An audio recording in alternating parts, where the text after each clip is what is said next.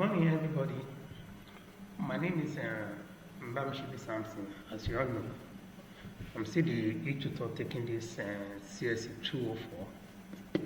So, if you have been following since we have started, you should have been able to see that yes, we have covered the Unit 1, Unit 2, Unit 3. But now, we are still dealing with assembly language, and we are in section.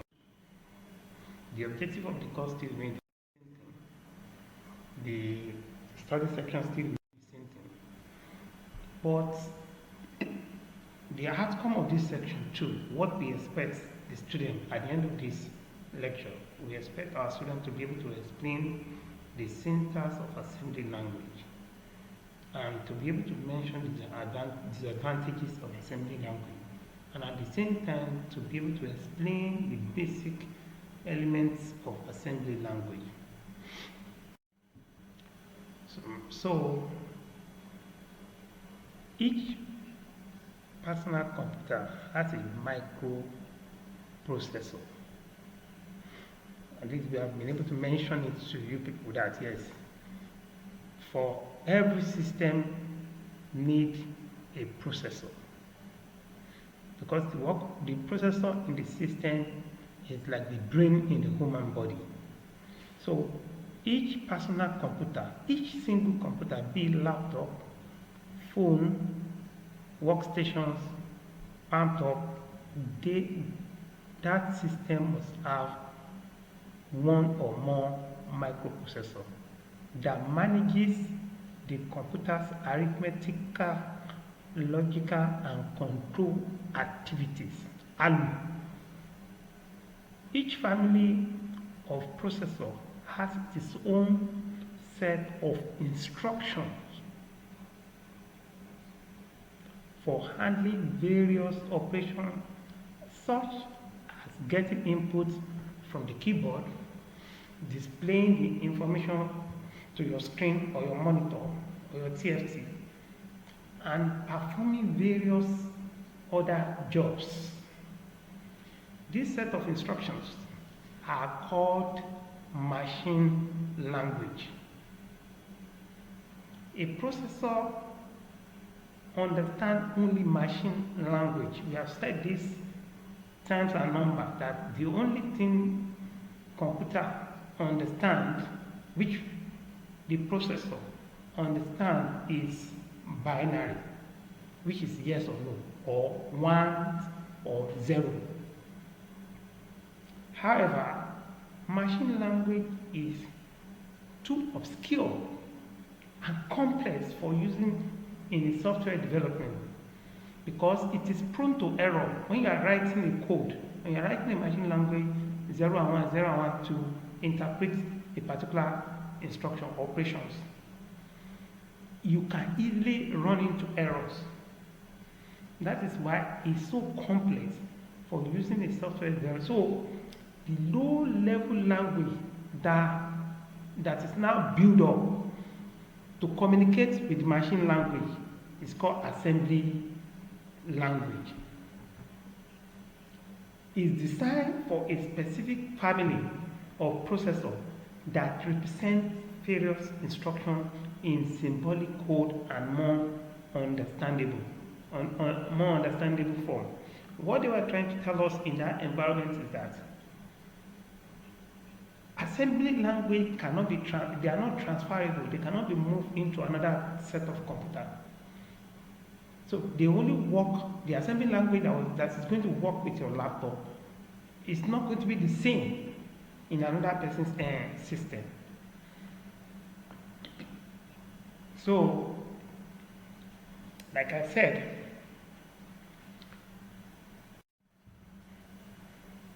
programmers write instructions in various programming languages. They can write in Perl, they can write in COBOL, they can write in Fortran, they can write in Python. Some directly understandable by computer, and others require immediate translations. Meaning that some of the language if they are machine language, it will be easy for computer to understand what that person is, that programmer is trying to write. But because of it is only 0 and 1 that system understand, most of these programmers that program in different language, they need an immediate translator, like assembler, like interpreter, then compiler. Are you with me? So now, hundreds of computer languages are in use today. As you all know, now we have various form of languages, just like the language that, just like when Hausa man is speaking, Igbo man is speaking, Yoruba man is speaking, it's a different phonic constructions. So we have multiple languages: R, Python, Java, PHP. All those languages are numerous, just to mention a few. So then I said this can be divided. Look, all those languages can now be divided into 3 general types: machine language, low-level language, and high-level language. So now that takes us to the next slide. Any computer can directly understand its own machine language. Machine language is the natural language. It is the natural language that our electronics is built upon. Our computer is built upon 0 and 1. It is the natural language for the system of a computer. As such, is defined by its hardware design. That is the kind of hardware that is modeled by manufacturer, who determine the machine language for that particular system. Machine language generally consists of string of numbers, 0 and 1. We did it now. We did binary operation. We did it we did it recently, even in your first semester. So they are combination of numbers, and that number is now reduced to a manageable level of 0 and 1. That instructs computer to perform their most elementary operations one at a time. Machine language are machine dependent. That is, a particular machine language can be used on only one type of system. One set of system can use machine language, a particular machine language that it cannot transfer it to another model of system. So such language are cumbersome for humans. Do you get me? Such 0 and 1 are so cumbersome and stressful for human beings, so as illustrated by the following section of an early machine language program that add overtime pay to base pay and store the result in a gross pay. I hope you are following me.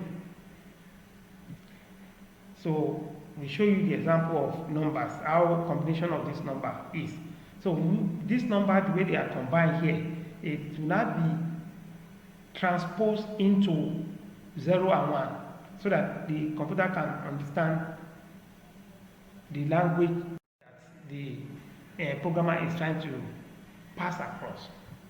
So this takes us to the advantage of this machine language. Number 1, it is stated that it uses computer storage more efficiently. Because of that representation, it makes the storage more efficiently, more effortlessly. It takes less time to process in a computer than any other program language. Meaning that if you are a guru in machine language, the machine will not need any other translator. It will not need compiler. It will just be processing your 0 and 1 as you are supplying it. It will just be taking it and then giving you the result. So that takes us to the disadvantage of machine language. It is time consuming if you look at it very well.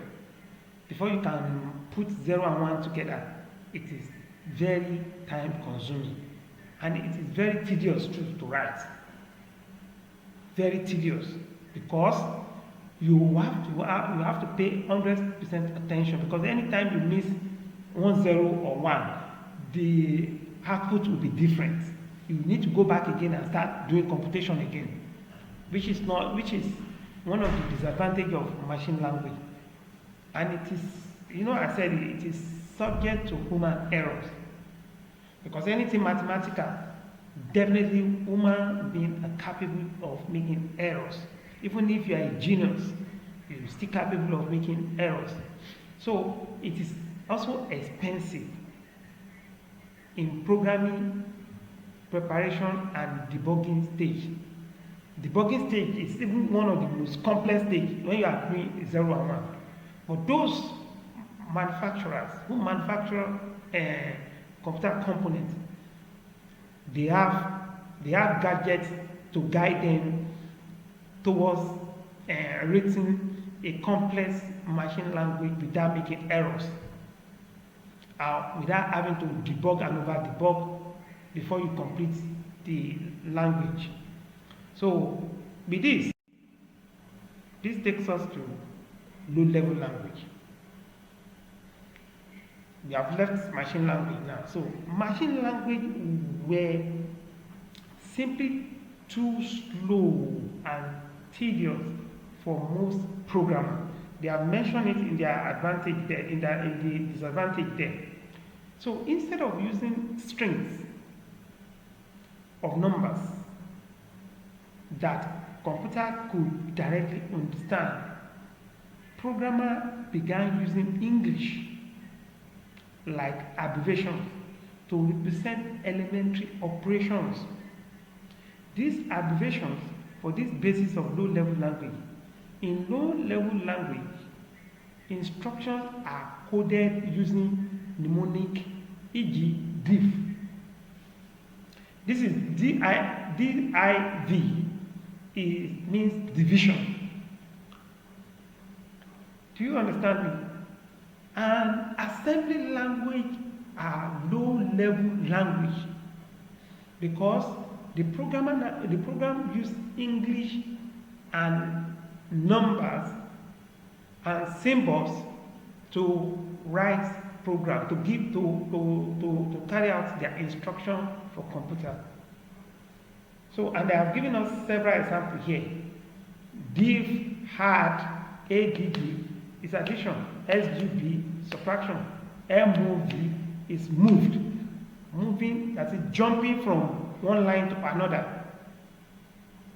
If all these conditions are satisfied, jump, move to the next line, or move to the line 2, then print. So depending on how how you are technically sound in making use of low-level language, that will determine how fast the program can run. So then I said assembly language is an example of low-level language. An assembly language is a low-level language for programmers, for programming computers. It implements a symbolic representation of the numeric machine code, and other constants needed to program a particular CPU architecture. Meaning, it does what? It implements a symbolic, using symbol and English together to do what? To represent numeric machine code. Machine code is 0 and 1. So, and other constants needed to program a particular CPU architecture. This representation, are you with me?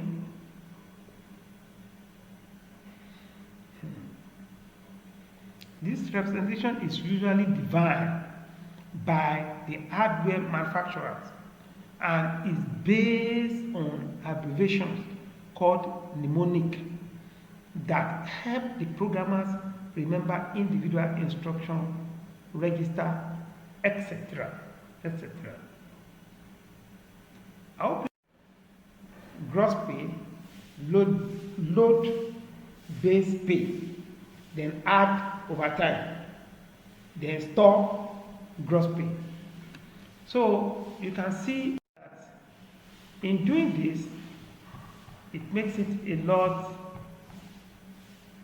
easier for programming. So that takes us to the disadvantage of low-level language, because we have to mention it. It is defined for a particular processor. You know, I've said it, that assembly language cannot be, they are not transferable the way we use compiler, that we can use one compiler to move it to the, no, assembly language, every assembly language comes with individual, and it is varied. It cannot be the same with other systems. Meaning that you have to, for every system you produce, you have to produce an assembly language for it. You have to have an assembly language for that business. So it, number one. So number two is that assemblers are difficult to get, although low-level language codes are clearer to humans. They are incomprehensible to the last one, incomprehensible to computer until they are translated to machine language. Meaning that if you write a program in assembly language and you don't have an assembler who would translate the language into machine language, then machine language will not be able to understand what you are trying to pass across. So let's continue. Assembly language is basically like any other language, which means that it has its own words, rules, and syntax. The basic elements of assembly language are 1. Labels, 2. Orders, 3. Directives, and comments. So let's take them one after the other. Label. A label is a special type of symbols used to represent a texture version of an address in a ROM or RAM, read-only memory, and random access memory. They are always placed at the beginning of the program line. Take note of it. At least you have done partial programming. You have done you have in our Csc204. All of you use label to carry out most of your elementary operations. So now they are always placed at the beginning of program's line. It is very complicated to call a subroutine or execute some of the jump or branch instruction without them. Meaning that you can't loop. You understand? You can't loop. You can't move. You understand? You can't jump to another line without a label. So having a label at the beginning, you understand, of your language helps. Either you are doing it in wrong, either the address is wrong where you are reading to. If you are reading to wrong, which is different, or you are reading to wrong, either way.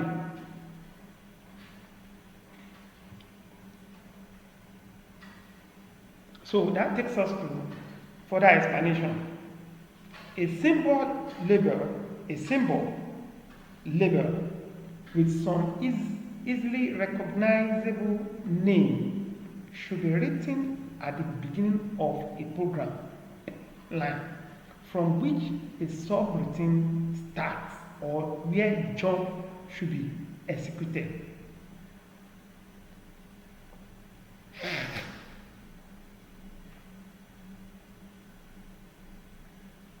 So what they are trying to say, what they are simply saying there is that labels should be written at the beginning of a program line from which it will be easier to call a subroutine or to jump should be what? Executed. It is sufficient to enter the name of label instead of address in the form of 16-bit number in instructions, calling a subroutine or jump.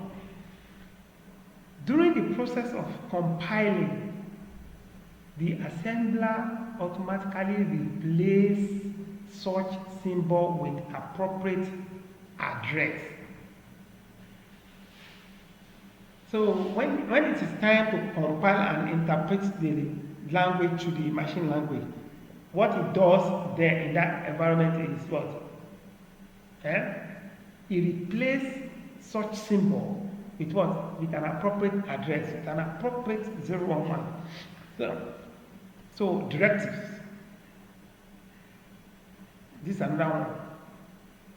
Unlike instructions being compiled and written to chip program memory, directives are commands of assembly language itself and have no influence on the operation of the microcontroller. So some of them are obligatory parts of every program, while some are used only to facilitate or speed up the operations.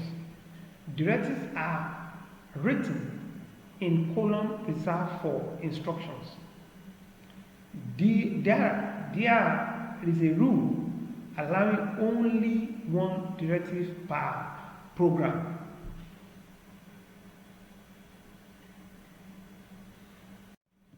I hope I'm communicating with you. So, what they are trying to say in that paragraph is that directives are what? They are what? They are command. They are commands of assembly language. They are the one who give assembly language instructions. And they say some of them are obligatory, that is, they must be there. You can't, when something is obligatory, you cannot bypass it. Do you get what I'm saying? Like Muslim now, they pray 5 times in a day. That 5 times, some of them do another, they do nafila. So, obligatory prayer, so some of them are obligatory for obligatory purposes, meaning that you can do them or they can function there. They can function in that environment without having to play any role in the operations. So one majority of it, programmers use it, is that to speed up the operations.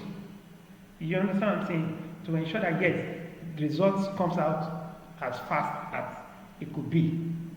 So directives are written in columns. They are always in column. Do you get me? Reserved for instructions. They will be where those instructions that's going to be guiding assembly language. That is the area whereby you find directives. This is a rule allowing only one directive per program line. So the last one is comments. Comments serve as a way for programmers to document their programs.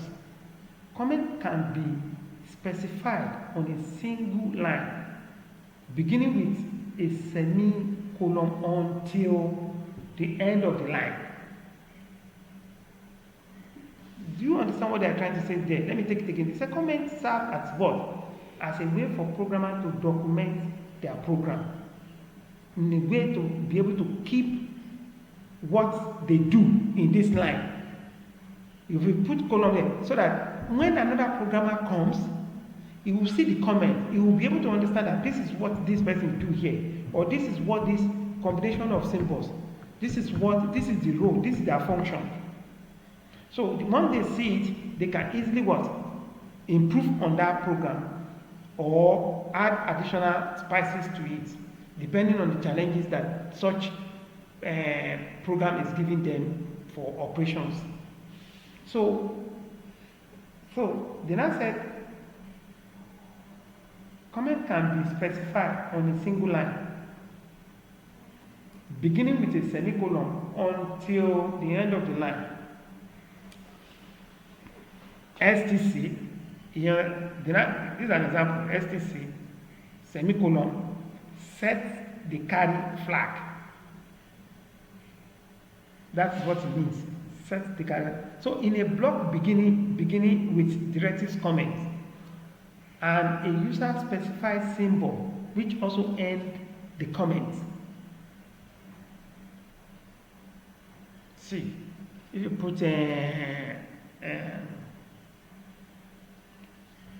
exclamation mark, if you put exclamation mark on it, so you can easily understand what they are trying to say. So this is a typical example of how the assembly language is written. You understand what I'm saying? So if you look at our this thing here, if you look at the sample up with semicolon like this, these are comments. Example of programming, just ones are what? They are comments. It starts with semicolon followed by this thing. Then now you come to directives. We said directives might not, they are what? They are obligatory, but they are not necessarily participating in what program is going to do. Do you get it? So if you look at it there, you will see variable one, state, output. So you can see, then that takes you down to the label to start, loop, interrupt, and you will now look at all those set of instructions, or BS bit, or set of instructions, move, clear, move, set, V, clear, all these things. Then you now go down to the comment, so that if another programmer comes, you will look at what each line of program is trying to which of the instruction or operation each line is trying to perform. Then you'll be able to improve on this program. That's why you see instructions, which is in mnemonic format, while the comment is in the right side. So, having said that takes us to syntax of assembly language. If we have not forgotten we did syntax, we did semantic, we did code generation. So, and I'm very sure with that knowledge, you shouldn't have forget any of it. Do you get it? So now, when they say syntax, when writing a program in assembly language, it is necessary to observe specific rules in order to enable the process of compiling into executable hexadecimal code to run without errors. These compulsory rules are called syntax, and there are only several of them. So syntax force the rule, while semantic make the meaning of the program. But syntax will guide the rules and conditions that you must meet, that the programmer must meet before running that program successfully.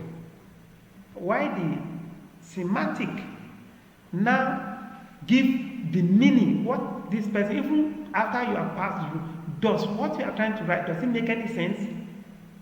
He is the one that will now make sense of it. So now, they said every program line may consist of a maximum of 255 characters. Every program line to be compiled must start with a symbol label. A symbol label, mnemonic or directive. Text following this mark in a program line represent comment, ignore, not compiled by the assembler. I hope you are following. So with that, we said all the elements of one program line, which is label, instruction, etc., must be separated by at least one space character. For the sake of a better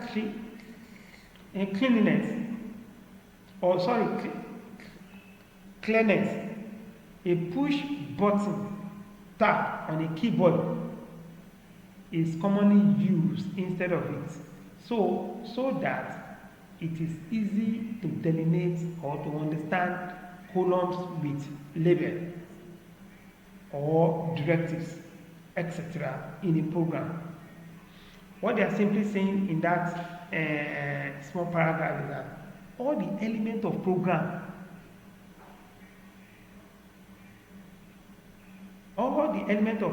of one program line, which is to be label, instruction, etc., must be separated by at least one space.